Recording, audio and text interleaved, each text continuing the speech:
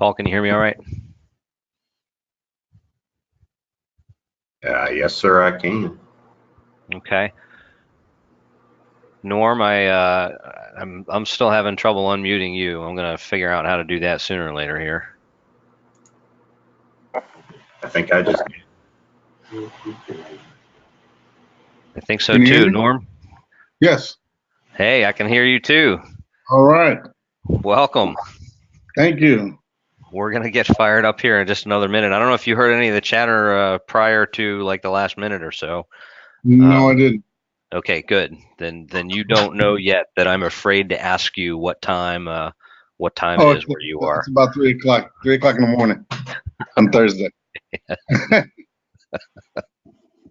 don't right there. I don't understand submariners, man. If you can be on a submarine, it doesn't matter what time of day. You don't know which way is up, right? Right. How you guys doing today? We are doing all right here.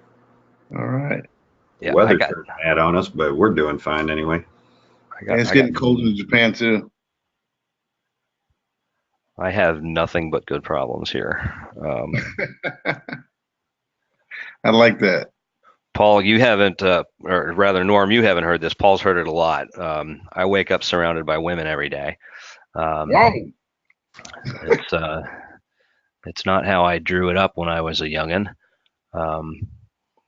but that's probably okay. A house full of daughters is a lot less dangerous than a house full of grown women. I'd have probably been dead 5-10 years ago if it had gone the way I drew it up when I was 19. Exactly. That probably would have been a real problem. So I'm fiddling with my control panel here a little bit. I'm being told that I don't have enough room in our recordings folder, so I'm doing a little bit of memory management here. Is Doug going to be around? I don't know if Doug's going to be here. I didn't have him on the list of registrants. And same for Kate. I didn't see either of them registered, but I know Kate's looking for the recording as soon as we can get her a link to it. So that's kind of a thing.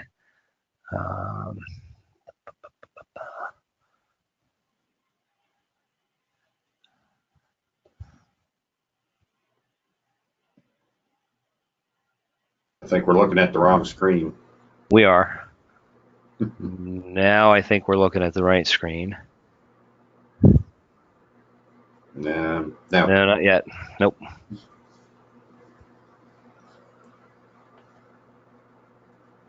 What the slideshow? There you go. There we go. All right. Okay.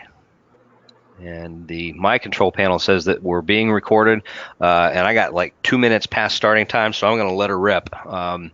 And folks that are late, if we need to loop back for them, we can. But meantime, Norm, we're going to get you back to bed here in the next 30 or 45 minutes. So we've got this timed for about 30 minutes, and so we're gonna roll through pretty quickly. This is not oriented super deep on analysis. We're showing a little bit of it, but we think the bigger takeaways are more along the lines of risk management than they are on the analysis side. So that's kind of where we focused our efforts here. So really quick, just because we have to provide these disclosures anytime we speak publicly, we disclose that we do this stuff professionally, that the Commonwealth of Virginia has authorized us to do this stuff professionally, but that they don't endorse our work or our skills or our expertise or anything like that. In plain English, this is the part that we think matters. We do this stuff to market what we do and how well we think we do it. That said, anytime that we do any kind of content, whether it's webinars or blogs, these are our goals: is to deliver, valuable content to people and to deliver it without cost or obligation. and in a manner that the people who watch these presentations or read our stuff on our blog will be able to take action on it without assistance. For folks who are listening, either live or recorded, and stick around to the end, we do have a little bit of an offer for you, redeemable anytime in the next 6 months, that does relate to our services. But we're not going to bore sight on that, and candidly, no hurt feelings if nobody takes us up on that. Again, the main piece to us is to deliver the good content for nothing, and to give you something that you can take action on. Really quick, this is us, the handsome devil on the left in the red tie. That's my partner Paul Allen, and he and I co-founded Redeployment Wealth Strategies in July, after running solo practice firms for the last couple of years prior to that.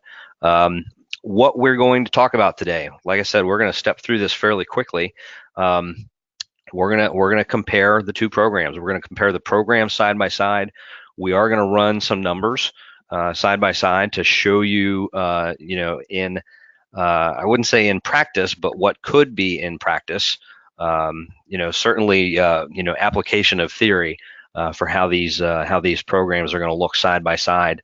And then, like I said earlier, give you something that stuff that you can take action on your own, if you so choose. So jumping right into it, this is what the programs look like side by side. So really quick, that top line, that 100% cliff vest, all that means is on day 364 of year 20, the Department of Defense owes you nothing in the way of retired pay. Once you have completed day 365 of your 20th year of service, you are entitled to a full pension. How that pension is calculated is in that second line. It's 2.5% for every year that you serve times your highest 3 years of compensation.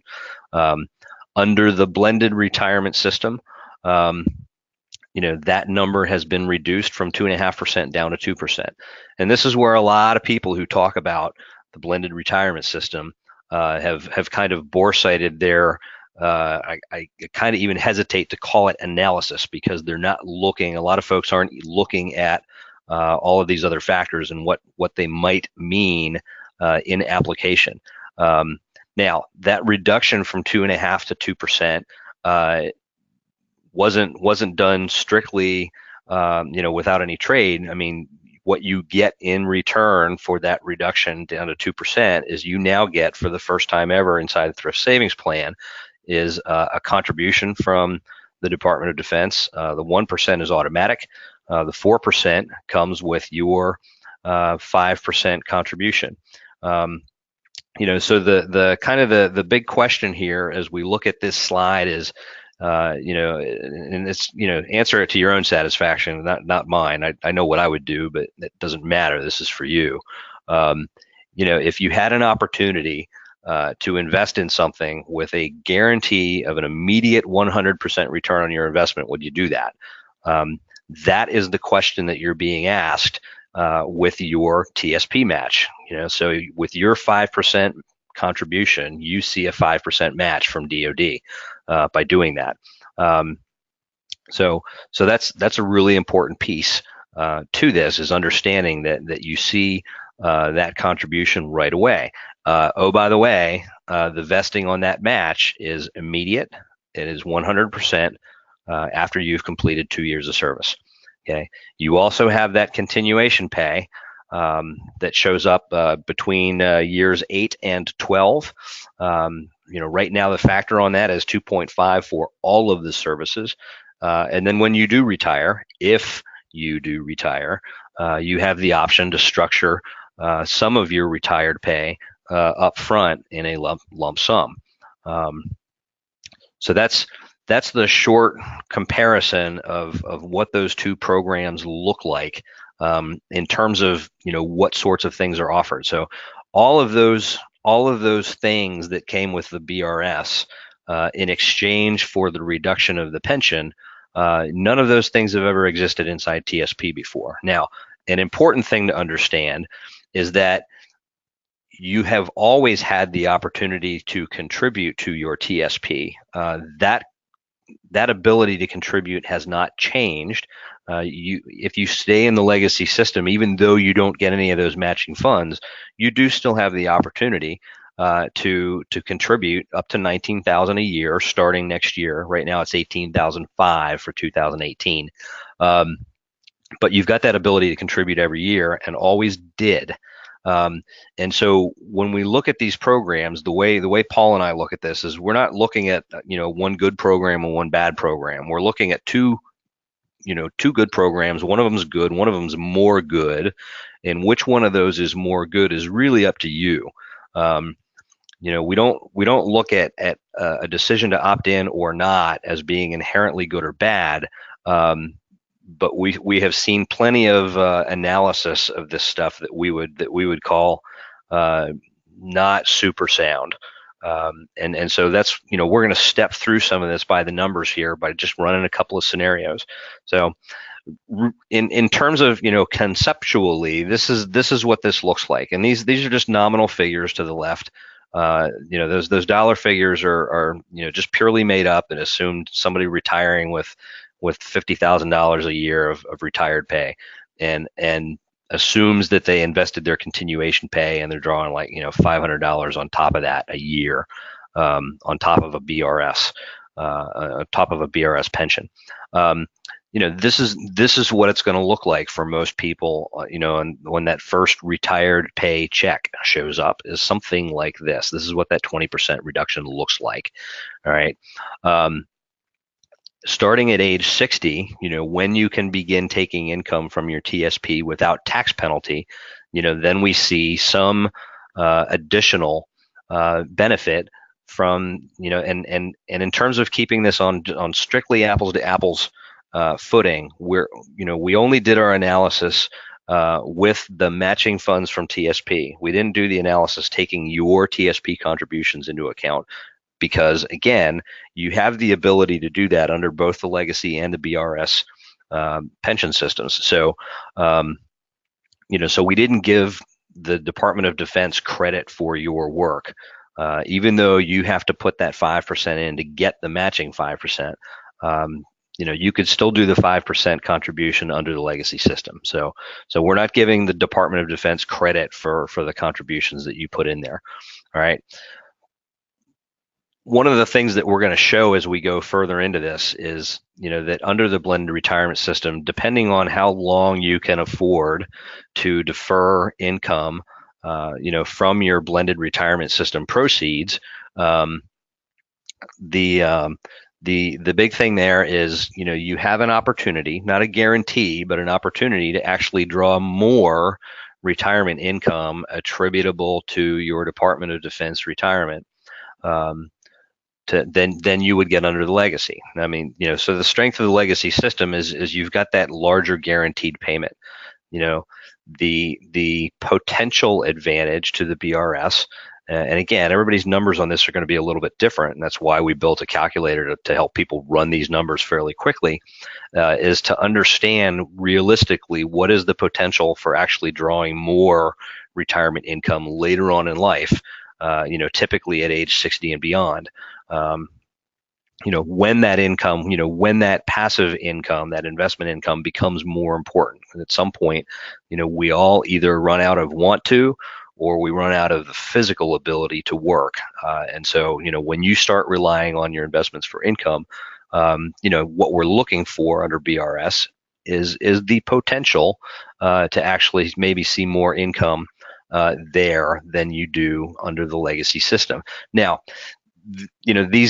the retired pay, the portion of that income that is the retired pay, the pension, those numbers are given. Those are pretty well prescribed inside the programs. We have to figure out what the numbers look like for income that you're deriving from the TSP match and from your continuation pay, and that, of course, that assumes that you invested it in the first place, specifically for retirement purposes. And so, the flexibility to do that is another one of these strengths inside the BRS, is that, you can attend to other financial priorities. It might be, populating education accounts for your kiddos. And that's just one example. I mean, there's all sorts of things that you can do with that continuation pay.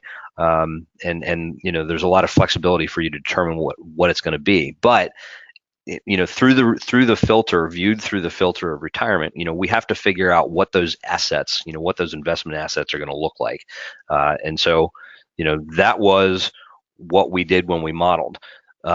Here's the main takeaway from all of this is, we don't have control over any of these numbers. We all say, we all said we were going to retire, and some of us actually did, but there are a number of folks who don't. And that's, the TSP match. The returns on those investments are not guaranteed. The returns on your continuation pay invested is not guaranteed. We can make some assumptions to model it and make reasonable assumptions to see what that'll look like.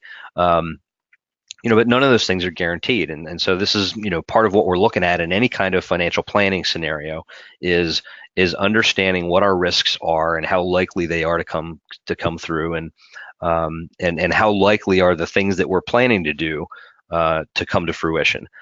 Just for example, I mean, these are old numbers. They're like 10-year-old numbers, but it's the best thing I could find for Zone C enlisted guys.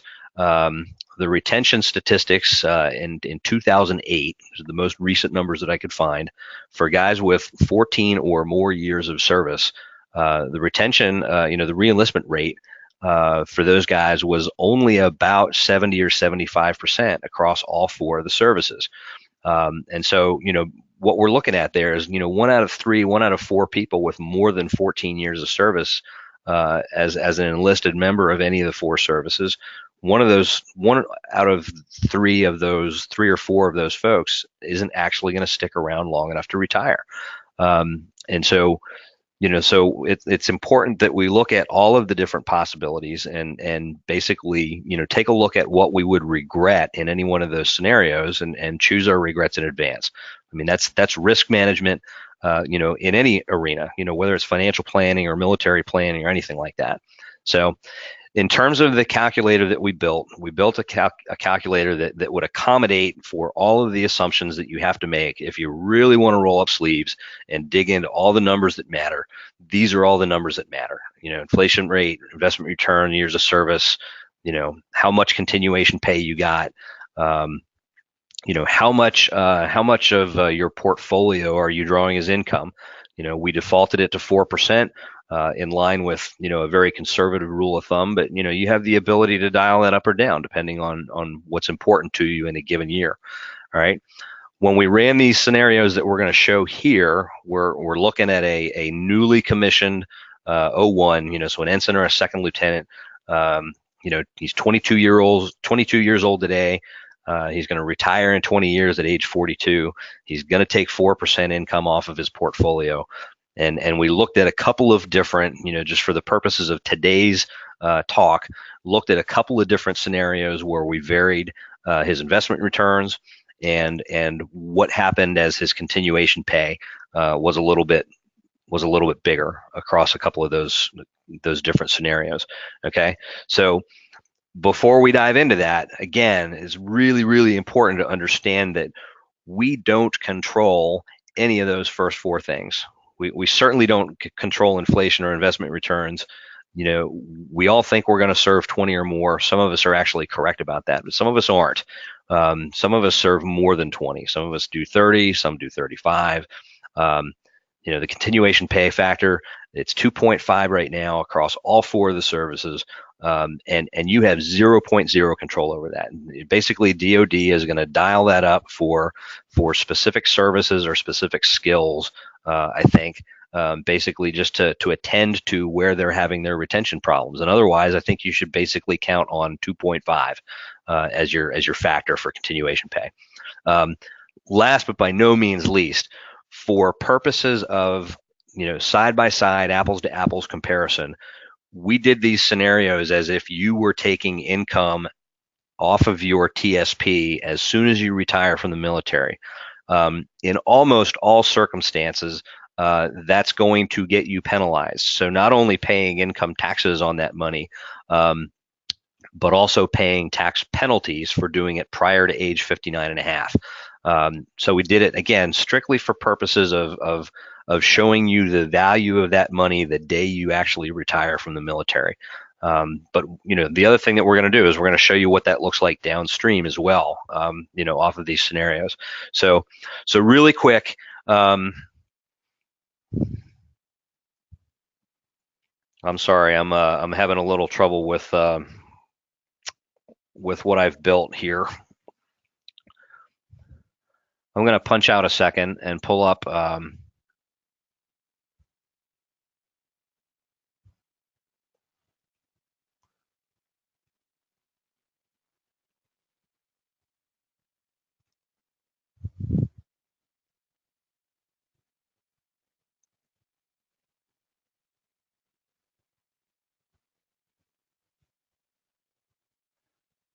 Pull up the proper presentation.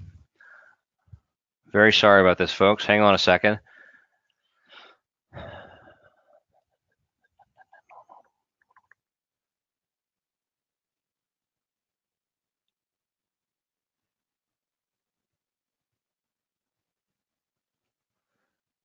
Okay, here we go. All right, again, apologies. So here we are, basically with a quick look at what this spreadsheet looks like. Okay, this spreadsheet is downloadable off of your control panel here.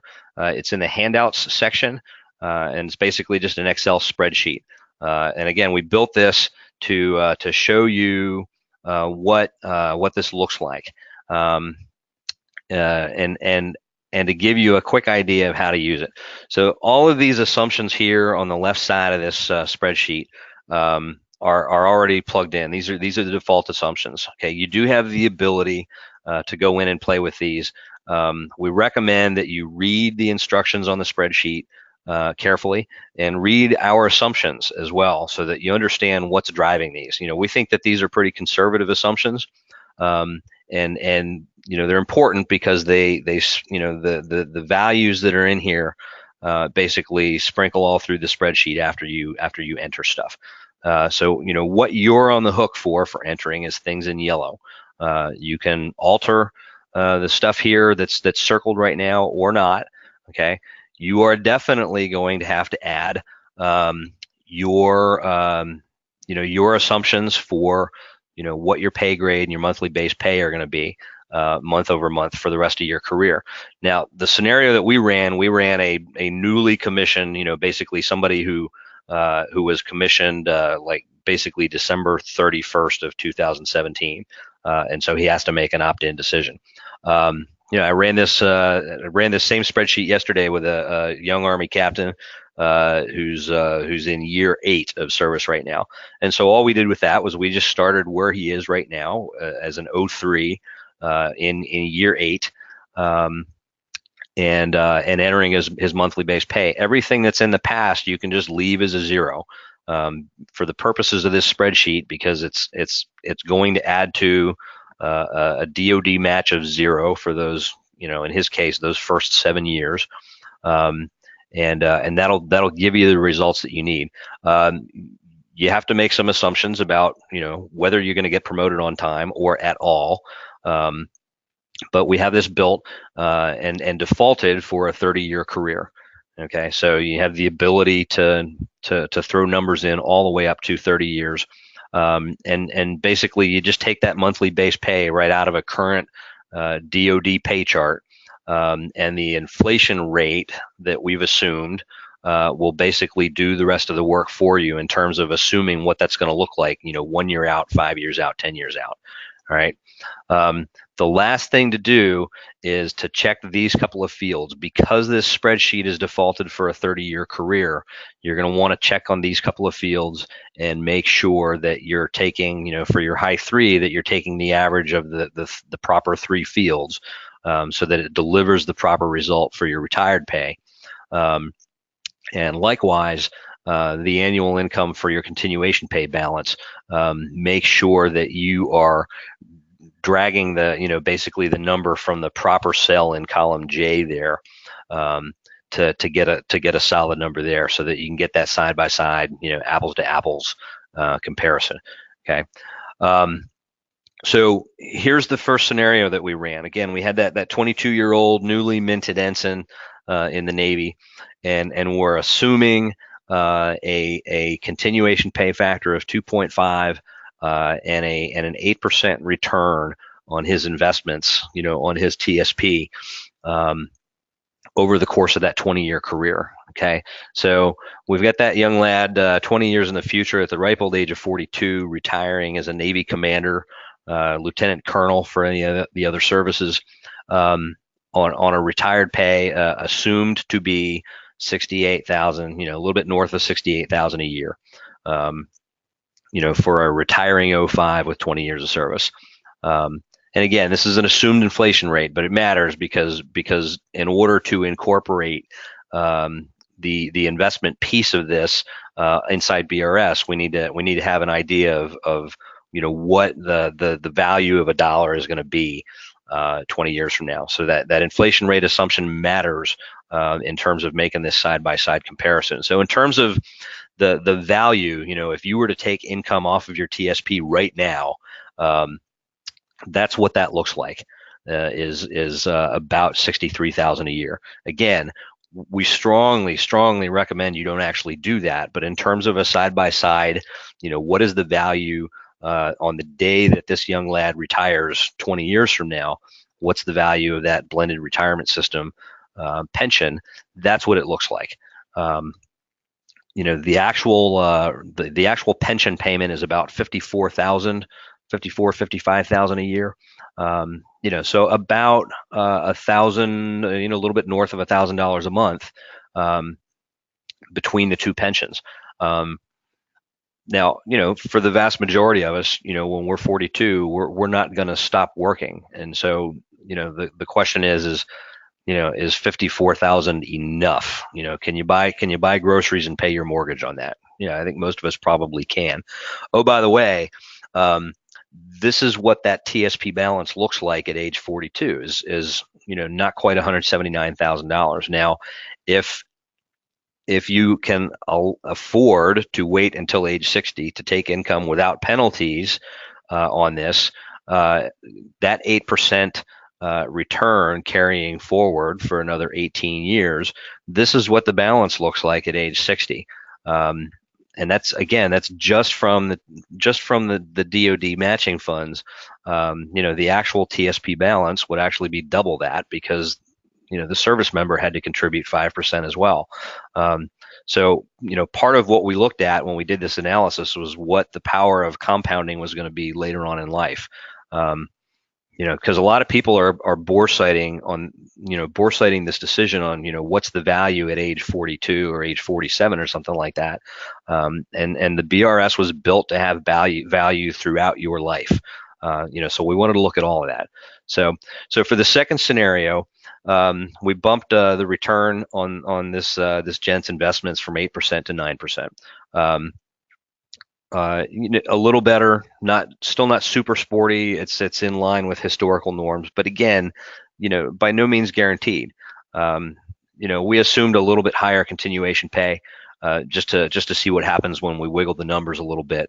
And then obviously, because of that, the BRS number came out looking a little bit better. Still, in terms of side-by-side value right now today at age 42, as this guy's retiring, it's still a little bit less.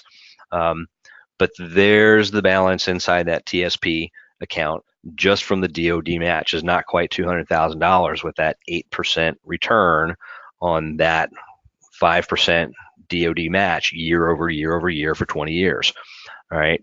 And then again, carrying, so sorry, that was a 9% return. For the first 20 years, we assumed an 8% return again for the years between age 42 and 60 to get to that 784,000 and change at age 60. Okay, 10% ROI, which is right around the historical average of the S&P 500, or inside your TSP. That's basically your C fund. And this was what it looked like with a little bit bigger continuation pay and a little bit bigger return on investment. And so this looked almost identical at this point in terms of the value, the value today of your blended retirement system. And this is the TSP balance at age 42 that's feeding that, and what that looks like at age 60. when when you can actually take that money out without any kind of penalty. All right, so this is what the side-by-side value at age 42 looks like for this particular scenario. Again, everybody's numbers are going to be a little bit different. That's why we built a spreadsheet where you could get in and plug in your numbers and then see what happens when you when you change a few of the assumptions and see what those things look like. In terms of the the value of the BRS, we're looking at okay, so what do those balances at age 60 look like in application? And the short answer is this: with that, we ran the 8% ROI throughout. Okay, we took that first scenario, and we took that that TSP balance at age 60 of $700 and some thousand. And again, a 4% income factor off of that. And this is what it wound up looking like. So about $1,500 a month more. Again, none of it guaranteed. But the important thing to understand here is while it's not guaranteed on the blended retirement system side, you have 0.0 opportunity for that kind of outcome inside the legacy system. All right. So this is the piece that we think that a lot of people have been missing as they look at this. And we don't, when Paul and I walk clients through this discussion, we're not walking people through it from a standpoint of how much money can you get from your rich Uncle Samuel out of this system. We're looking at it in terms of where do you think you're going to find your better outcome. Okay.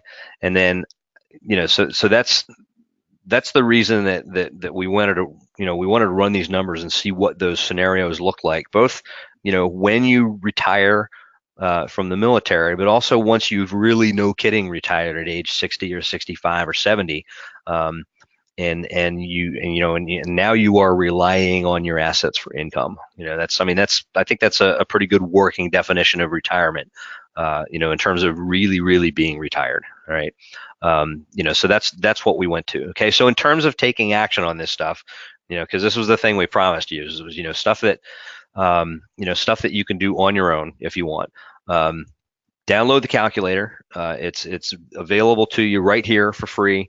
It's also available on our website to download as well. And gain an appreciation for the complexity, but don't get mired in it. We set up the spreadsheet so that you could run some numbers and change a couple of assumptions and see how things change fairly quickly. It took me more time to talk about those three scenarios by a lot than it did to actually run them. I ran those three scenarios that we looked at here in under a minute once the spreadsheet was built. All right, so you'll have the ability to do that, but you'll see that the results didn't change much. When we move those numbers around a little bit, so our take on it is, take a look at the complexity, but don't get stuck on it because we don't control most of it anyway. All right, and so and understand that the difference between your BRS and your legacy retirement compensation, especially looked at through the filter of that 42-year-old, is probably going to be noise in your overall financial life. Now, that last scenario, that last piece that we showed you, where that gent, who has the discipline and the ability to wait until age 60 to take income off of that, it might not actually be noise. All right, but again, there's no guarantee that you're going to see those returns. Big thing here. If you opt into the blended retirement system, maximize the match. If you do nothing else, maximize that match, because honestly, if you're not doing that, if you're not contributing at least 5% of your base pay to get the 5% maximum DoD match, it kind of defeats the purpose of opting in the first place. So if you're not going to contribute to the TSP, then go ahead and roll the dice on the legacy system and staying until you retire. Either way, we strongly recommend that you don't rely on inertia to make this decision for you. All right. DoD built this program so that, if you didn't opt in, you would be defaulted into the legacy system. Now, I mean, if you've made if you've done your own analysis and determined that staying in the legacy system is the best thing for you, okay, fine. But if you're staying in the legacy system because you just don't want to think too hard about this, I could not recommend more strongly that you rethink that, because you are going to own the result regardless. Regardless of the things that are guaranteed or not guaranteed, at the end of the day, it's going to be you that has to manage your financial life around this. And so again, strongly recommend that you dig into this enough to understand that you are making your best informed choice before you do that. Okay.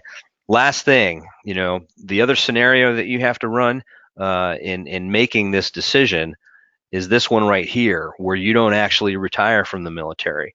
So a lot of our discussions around, the legacy system versus the BRS are centered around the 20% difference in the pension. But if you don't retire, you're not talking about the difference between 80% and 100%. You're talking about the difference between 80% and zero. All right. And again, like I said, for the enlisted guys, just for example, if the re-enlistment rate north of 14 years of service is 70 or 75%, 1 out of 3, 1 out of 4 of you are not actually going to retire. And it's going to be the same in the officer ranks as well. There's going to be some percentage of you, despite your best intentions, don't retire for some reason. It might be a drawdown. It might be, a bad promotion board result. It could be an injury. I mean, there's a lot of different things that you don't control that could lead you to this result right here.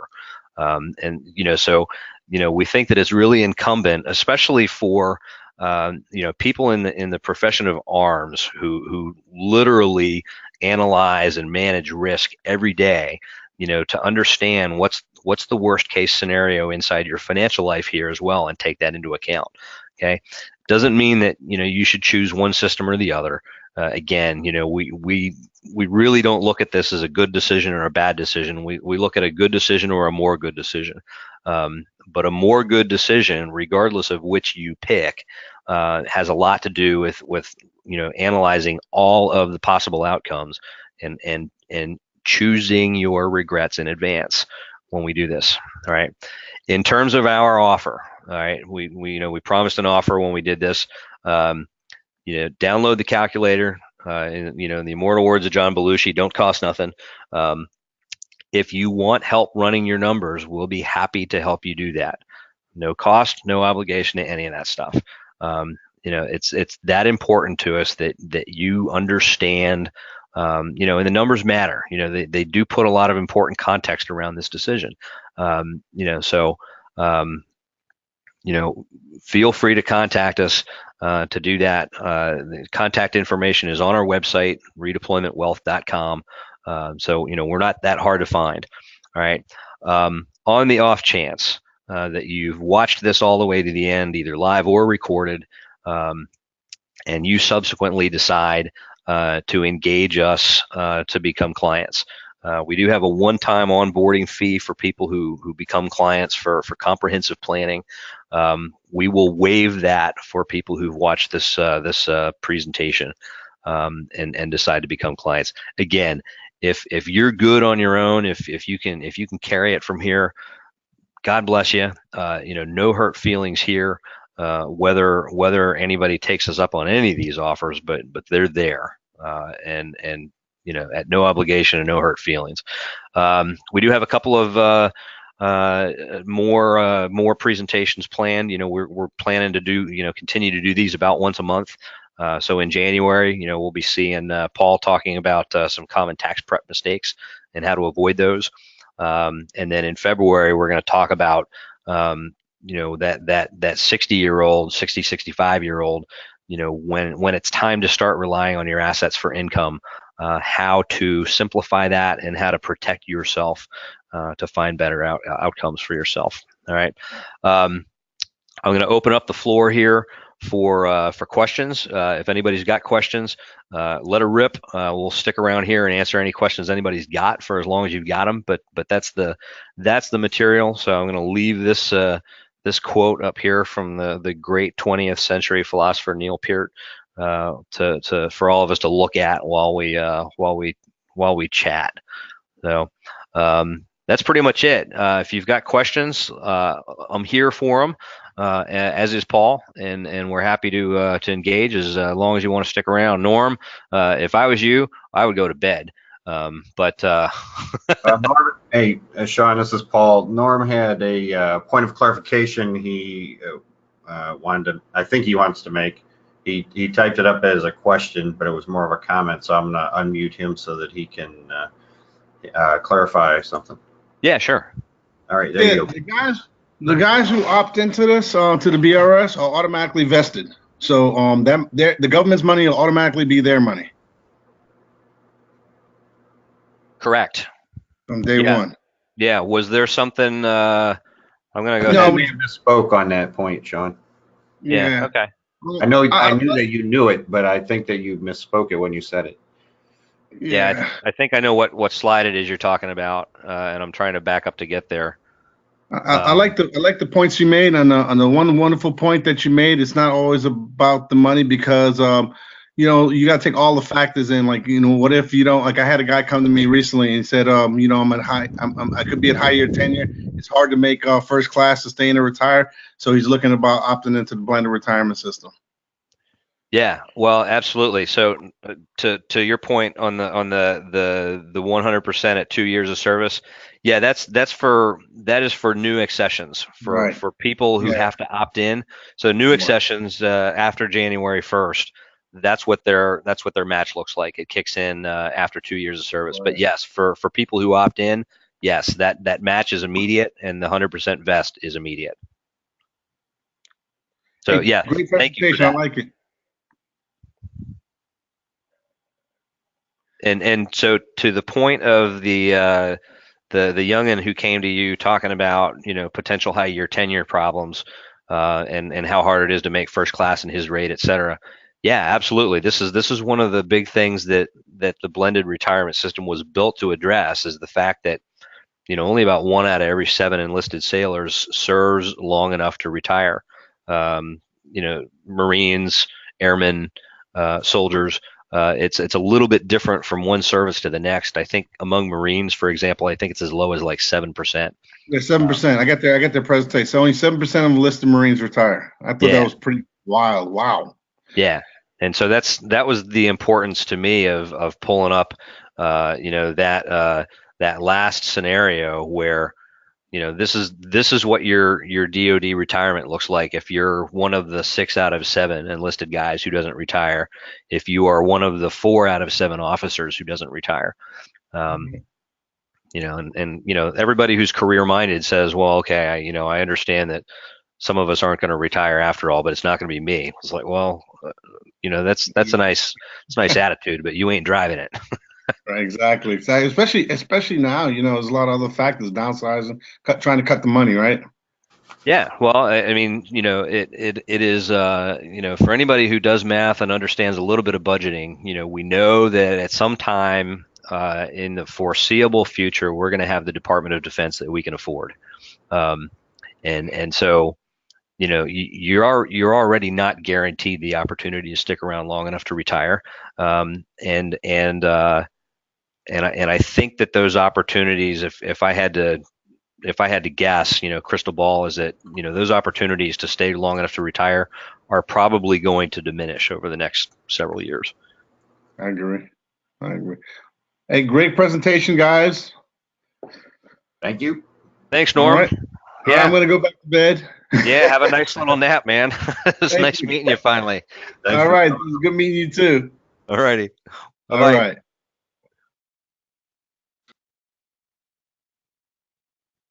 I think we are done.